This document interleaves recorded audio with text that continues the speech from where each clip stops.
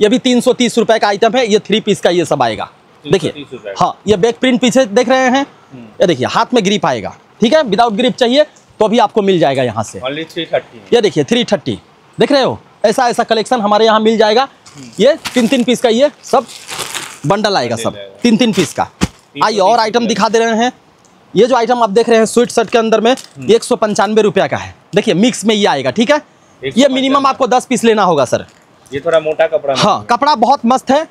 ये सब ब्रांड का माल है। ये सब देख रहे हो, ये देखिए 195। आप 350 रुपया ले जाके आराम से बेच सकते हो। ऐसे तो मॉल में 450 550 रुपया ये सब में बिकता है। देखिए फुल स्लीव स्वेटर में होगा, फुल स्लीव्स है पूरा। देख रहे हैं, ऐसा कलेक्शन हम आपको दे देंगे। ये देखिए ऐसा कलेक्शन हम आपको दे देंगे। ठीक है।